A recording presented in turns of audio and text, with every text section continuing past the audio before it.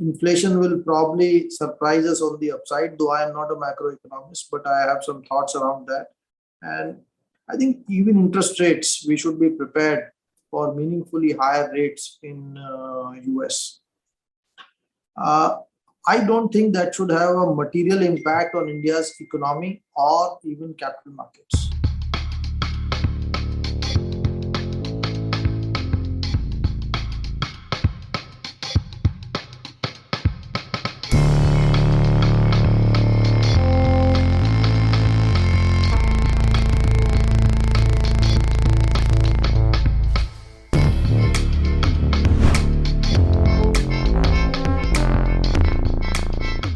Probably no one else has a good answer to this, because the nature of markets is that in the short to medium term, they are extremely hard to forecast.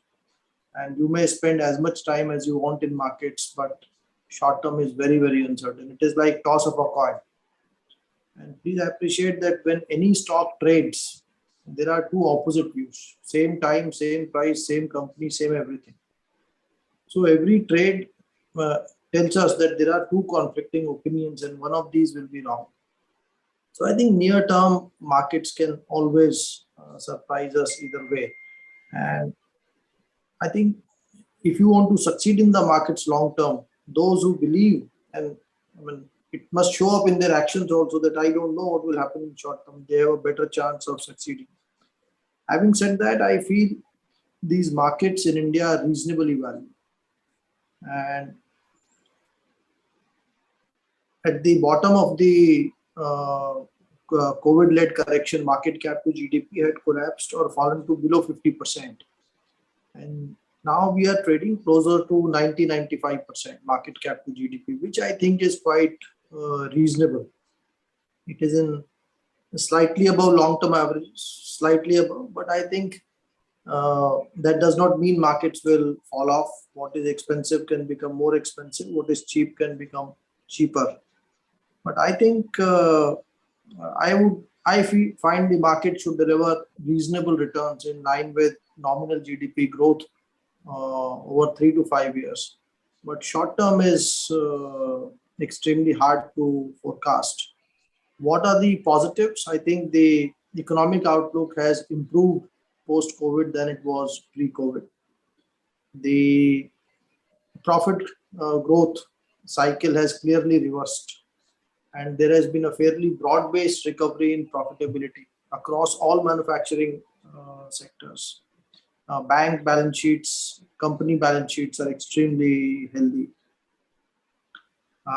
What are the worries? I think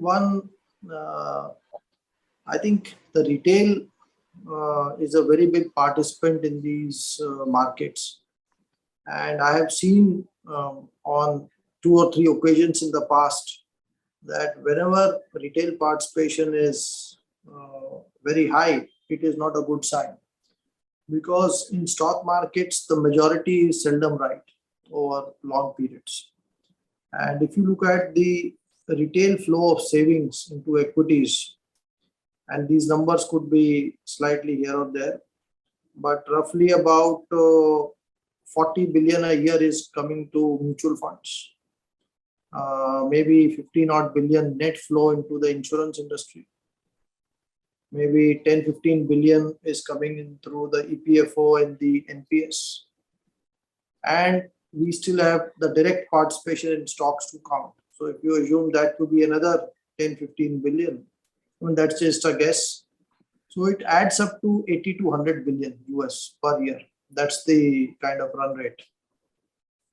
India's pool of household financial savings is of the order of 300 billion. 350 billion, 10% of GDP. So, I mean, these numbers are very large.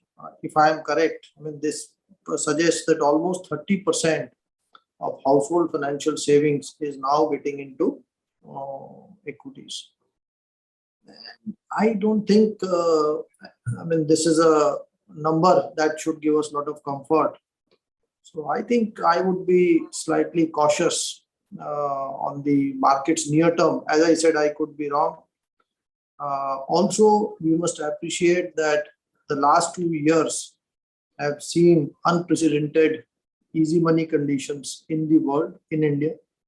Household savings rates in India spiked up in COVID, and all of that is also contributing to this. But clearly now, I think all that is set to reverse more outside India than in India. So I think even globally, the outlook for equities should be somewhat challenging.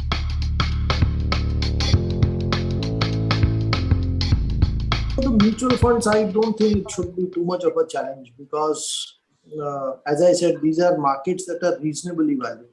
And there are, while there are pockets of excesses, there are also pockets where value is reasonable, good value. And as I said, profit growth outlook is quite robust. So I think it is a market from which mutual funds also should be able to deliver reasonable returns. And unlike calendar 18, 19 and 20, which was a very narrow market where just 5 odd stocks kind of delivered 80 or more than 100% of Nifty returns. Unlike those times, these are very broad-based markets. So, and that is good for active managers. So you would have seen that many funds are now bettering the benchmarks. So as a mutual fund manager, I feel reasonably okay to generate reasonable returns for unit holders over long periods. Where I am particularly worried is the way the trading composition in the markets has undergone a change. And if you look at the trading volumes in India today, almost, I mean, I would say almost all of the volumes is coming from options. And that suggests that virtually the entire retail participation is speculative. And as we know, futures and options is a zero-sum game. Unlike a stock where if 10 people buy a company, if market cap goes up, value goes up, all 10 make money. In derivatives, you make money only if someone loses money. Equal and opposite. I mean, it's a zero-sum game. On top of that, all the participants are paying commissions and some other charges. And to my mind, the run rate of these charges is about 30,000 crores a year. And that is showing up in the profits of the retail brokerages, in the commissions or the income of stock exchanges. And this is a fairly large number, 40,000 crores. 40,000 crores is the current run rate to my mind. So this is almost 6 billion US. And 6 billion US is not a small number. I mean, if you look at it this way, the retail owns about 12% of stock directly in India, which means about 350 billion.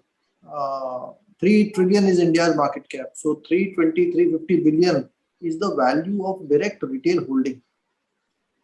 Now they are incurring just transaction charges in derivatives, not in spot, of 6 billion a year, which is 1.5 to 2% of the total holding value. So this is reducing your long-term returns by that extent.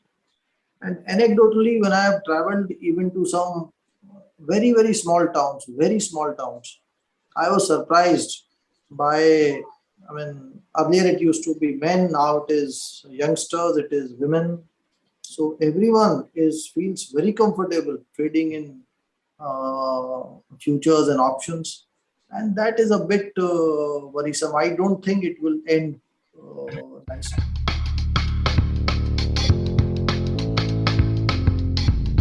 I have seen this on at least 3 occasions in the past.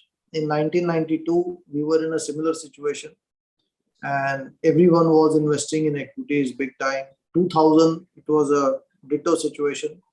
2007 also, it was a very similar situation. So I don't think what is happening is new.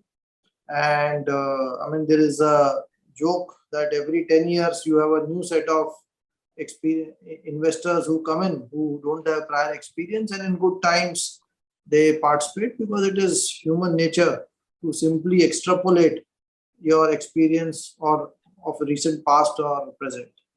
So I think what is happening is not new at all. though the form has changed. Earlier it would be physical, then demat, and now it is derivatives. Uh, and of course, technology has made this possible. I think few factors have created this situation. One, post COVID, uh, the markets fell sharply, and combine that with good savings in households, because the COVID did not impact the upper income, mid income households in India. Their savings simply went up, and digital adoption was accelerated, and interest rates collapsed, and you also had probably a lot of time at home. So if you combine all of this with the fact that whatever little investments anyone made around those times turned out to be extremely profitable because markets were so low, and I think that good experience has reinforced, and it has spread by word of mouth, by media, whatever, and more people have joined this. Pre-COVID, the number of demat accounts in India, I think, were 4 crore. Today, it is about 9 crores, and it is growing, I think, almost 1 crore a quarter. This is a very, very large number.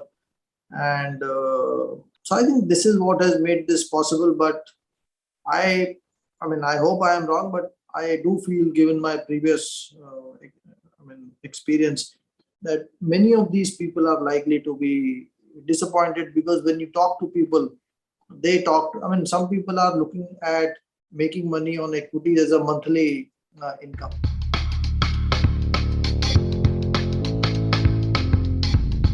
The way I see things is, see, the impact of global developments on India's economy are quite limited, despite the fact that India has opened up quite a bit. Given the demographics, the consumption-led economy, and other than oil, we are reasonably, I would say, self-sufficient, and our pool of savings roughly matches our investments. So, and our exports to GDP, imports to GDP is quite small. So, given all of that, the variability of India's economy to developments outside India is quite limited. And the best example of that I can give you is that even in the Lehman year, India's economy grew more than 5%. And so the underlying growth drivers of economy, whether it is demographics, increasing working age population, low penetration of consumer durables, all of that holds us in very good state. When it comes to capital markets, however, there is a impact which global capital markets have on Indian markets, not over the long term, but over the short term. So we have seen, whether it was 2000, whether it was 2007, or whether it was the taper tantrums, that whenever the US markets experience a sharp correction, it had a commensurate or meaningful impact on Indian markets as well. But this impact lasts for very short periods of time. There is no correlation between long-term returns of Indian markets with global markets. The long-term correlation of Indian markets is only with the performance of local economy. And look at it this way: all of 90s, Indian markets were flat, but US markets did extremely well. 2000 to 2007-8, Indian markets did extremely well. US did not do as well. And many years in the 2010 to 20, Indian markets did not do well, but US markets have done exceedingly well. Inflation will probably surprise us on the upside, though I am not a macroeconomist, but I have some thoughts around that. And I think even interest rates, we should be prepared for meaningfully higher rates in US. I don't think that should have a material impact on India's economy or even capital markets. Because one, please remember, as recent as 2005, US 10-year yields were between 4 and 5%. And we did quite well. If you go back to 1990s or whatever, US interest rates were even higher. So I don't think just because US interest rates were abnormally low, the process of normalization should impact us meaningfully. But yes, I mean, it could lead to some dislocation temporary in capital flows. We have seen almost, I think, 30 to 40 billion US dollars selling by FIIs in last 4 to 6 quarters. That is probably in anticipation of the rising US yields. And thus far, markets have held up given local flows. But how long can these foreign outflows accelerate? Yes, they can. So what impact it has on markets near term is hard to say. Though I must also add two more things here. One, equities are a hedge against inflation. And because inflation means companies increase selling prices of goods and services, so which shows up in higher earnings. And to that extent, equity investors need to be less worried about inflation.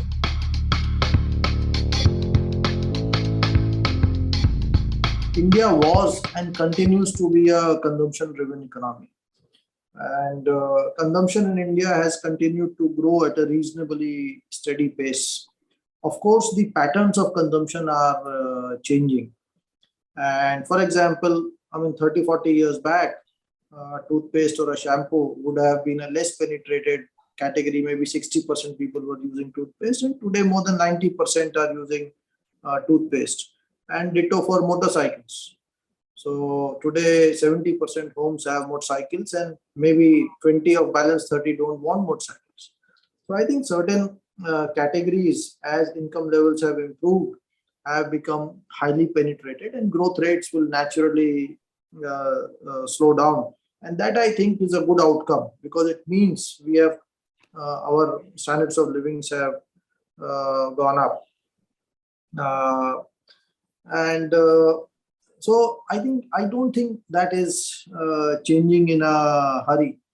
But I mean, just continuing on the economy, even certain low penetrated categories, let's say four-wheelers, are not growing. If you look at last 10-year data, I think I could be slightly wrong, but the cars industry's volume growth is also 3-4%, despite just about 10% penetration. I think the reason for that could be found in one, the consumption baskets are changing. So today the mobile handset market is as large as the car market, and mobiles take priority over cars.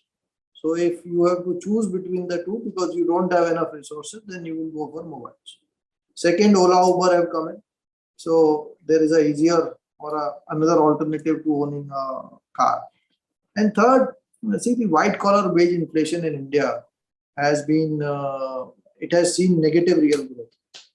So, and I will give you an example. The starting salary of a software engineer in early 2000s was maybe 3-4 lakhs a year. And even today it is broadly it is there only.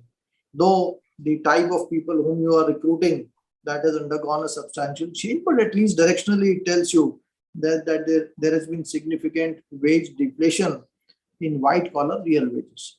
So that could also be impacting the car industry. One, commodity prices are going up sharply, which will put pressure on the margins of these companies. There is no tailwind of further tax rate cuts. Profit growth is fairly broad-based. So whether it is paper, sugar, textiles, chemicals, metals, capital goods, banks, everything is growing now. So that premium of scarcity of profit growth is missing now. And finally, cost of capital is also going up. So I think it is quite natural for these companies to derate. And I don't find that surprising at all. In fact, it is quite characteristic of stock markets that, I mean, stock markets have typically, we have experienced a 6 to 10 year cycle in markets. For 6 to 10 years, the theme will do well, and then a new leadership emerges. So I think we are in that theme. See, what has happened post Lehman, the investments in the world have gone down, and that is well documented, especially also driven by ESG concerns around, uh, and a clear preference of markets of the new generation. If you see, no one wants to set up iron and steel industry. Everyone wants to do something on the net or digital. So I think capex has been low, capital formation has been low in traditional industries for a variety of reasons. The fossil fuel capex, to my mind, is down 30 to 40%. And that is what is now beginning to show up. We have underinvested, and the renewable space has not been able to take up that entire space at the speed what was desired. Uh, then there have been some supply bottlenecks due to situation in China. What is happening in Ukraine is clearly impacting foods, vegetable oils, energy. So I think all of this put together is bringing us where we are. And I mean, I often say that ESG has probably impacted supply side more than it has impacted demand. And so we in a way were anticipating this, and that is why we have been large investors in the energy space. So I think the balance will shift slightly, because if basic commodities they experience inflation, clearly it will mean more profits to those group of companies. It will mean better market caps, which is happening, and it will mean higher interest rates.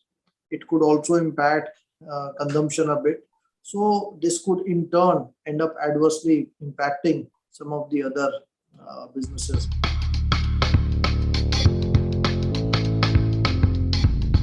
SMEs are absolutely critical because they provide employment to very, very large numbers. I think a number of factors have come together to create this pain. One, of course, was the lockdown, and you were not able to adjust. You had less mature setups. One is the formalization of the economy, the GST. So that clearly has hurt them. The I think one more thing has happened, and that is post the NPAs in the banking system in India, also in the SME space and new companies. I think when I talk to entrepreneurs, see, the new age businesses don't need debt. They are funded by private equity, and that is a great news for India.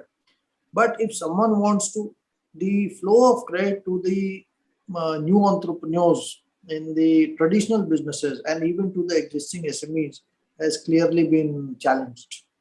And and you can talk to people and you will figure that out. See, we used to have, I mean, we are talking SMEs, but slightly digressing, even the DFIs which were there, which would fund new age projects, I mean, that kind of funding is also missing in India. So I think lack of proper credit and the other two reasons have clearly created a challenging situation. I think e-commerce also, I mean, India is a land of shopkeepers. So even e-commerce will have adverse impact on some of these businesses. So I fully agree with what you say. And I think I would be slightly optimistic also. I mean, there are few things that could improve. If you look at the priorities of the Indian government now, Make in India is a very big theme. We have genuinely gained competitiveness over China. That is a fact. So first time in my career, last few years, if I talk to a chemicals company, a castings company, a textile company, they are telling us, look, I don't need subsidies to compete with China. Chinese manufacturing wages are now 2 times of Indian wages, maybe 3 times. Their per capita income is 5 times of ours, which was not the case 20 years back. China has better compliance with environmental laws. Their subsidies are being reduced. They are themselves discouraging export of energy intensive products. So I think Indian manufacturing has definitely come of age. The lockdown and the disruption to supply chain in China has encouraged the world to adopt a China plus one strategy. So I think it's a very conducive environment for India to improve its share of manufacturing. And I think we will do it this time. PLI is a great initiative. So I think defense indigenization is a great initiative. And we should make good progress in that. These are very large numbers that are being talked about. A 2 lakh crore subsidy, if you say it's a 5% subsidy of the production, then what you are talking is 2 into 2 lakhs into 20, 40 lakh crores over 5 years. And if you divide that by 5, it is 8 lakh crores a year. So these are 100 billion. I mean, these are fairly meaningful numbers. And what we saw when Maruti was set up, it led to the development of an ecosystem of ancillaries. So I think over time, as we come up with these large initiatives in various verticals, whether it is to make modules or defense equipment or consumer durables, whatever, I think over time it will lead to flourishing of ancillaries as well. So I think ancillaries will have to, they are badly needed because they enhance the competitiveness of a country. They provide employment. So I think there will be some churn, but eventually I think a large number of SMEs will come up in the manufacturing area